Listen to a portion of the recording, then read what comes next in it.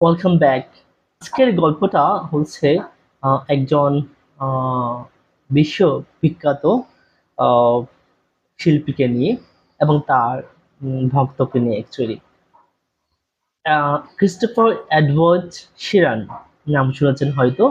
Christopher Edward Sheeran Sheeran নামে বেশি পরিচিত। তিনি মূলত একজন ব্রিটিশ সিঙ্গার।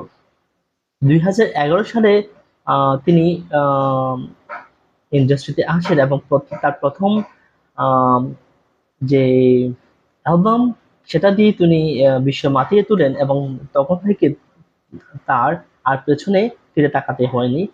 অনেকগুলা গ্লোবাল ব্লকবাস্টার হিট অ্যালবাম তিনি উপহার দিয়েছেন। স্বভাবতই বিশ্বজুড়ে তার প্রচুর ফ্যান ফলোয়ার আছে, অন্ধ ভক্ত তৈরি হয়েছে। আম, আশা করি জানেন যে কিং নামে একটা মুভিতে তিনি কাজ করেছেন। সেটাতে শাহরুখ খানও ইনভলভ আছেন।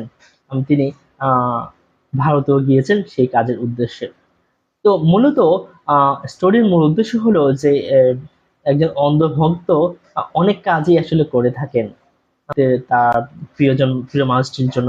যেমন সচিনের সবচেয়ে আহ, সবচেয়ে বড় ফ্যান হচ্ছে সুদীপ। আম, তিনি প্রায় সব জায়গায় তাকে ফলো করতেন। সচিন রিটায়ার করার পর এখনো পর্যন্ত তাকে তিনি ফলো করেন। তেমনি অনেক ফ্যান ফলোয়ার আছে।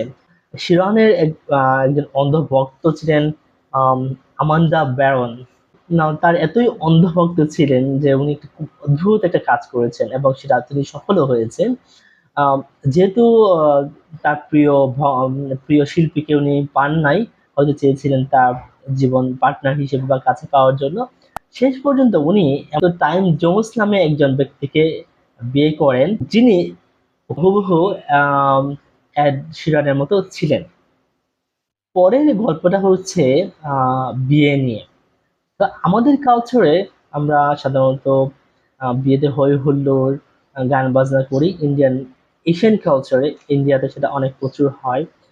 আমাদের কালচারে গায়ে গায়ে হলুদে প্রচুর নাচানাচি হয় এবং রিসেপশনে প্রচুর নাচানাচি হয়। কিন্তু কঙ্গোতে যে বিয়ে হয় সেটা খুবই ভিন্ন।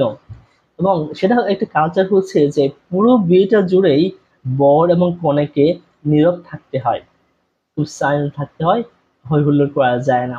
তো দেখ, সেলসম্যান ডেগোবার্ট রেনু যখন বিয়ে করেন তখন একটা অদ্ভুত কাজ করেন। পেশায় তিনি সেলসম্যান এবং তার সেলস সংক্রান্ত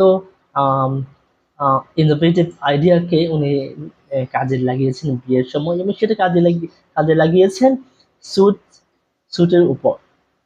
আমরা বিয়ের সময় ফর্মাল স্যুট পরি এবং সেখানেও তিনি যেটা করেছেন যে 26টি স্টার্ট আপ কোম্পানির লোগো উনি তার স্যুটে লাগিয়ে তার স্যুটকে প্রায় চলন্ত একটা বিলবোর্ড বানিয়ে দিয়েছিলেন। দেখেন মানুষ বিয়ে নিয়ে কত অদ্ভুত কাজ করতে পারে।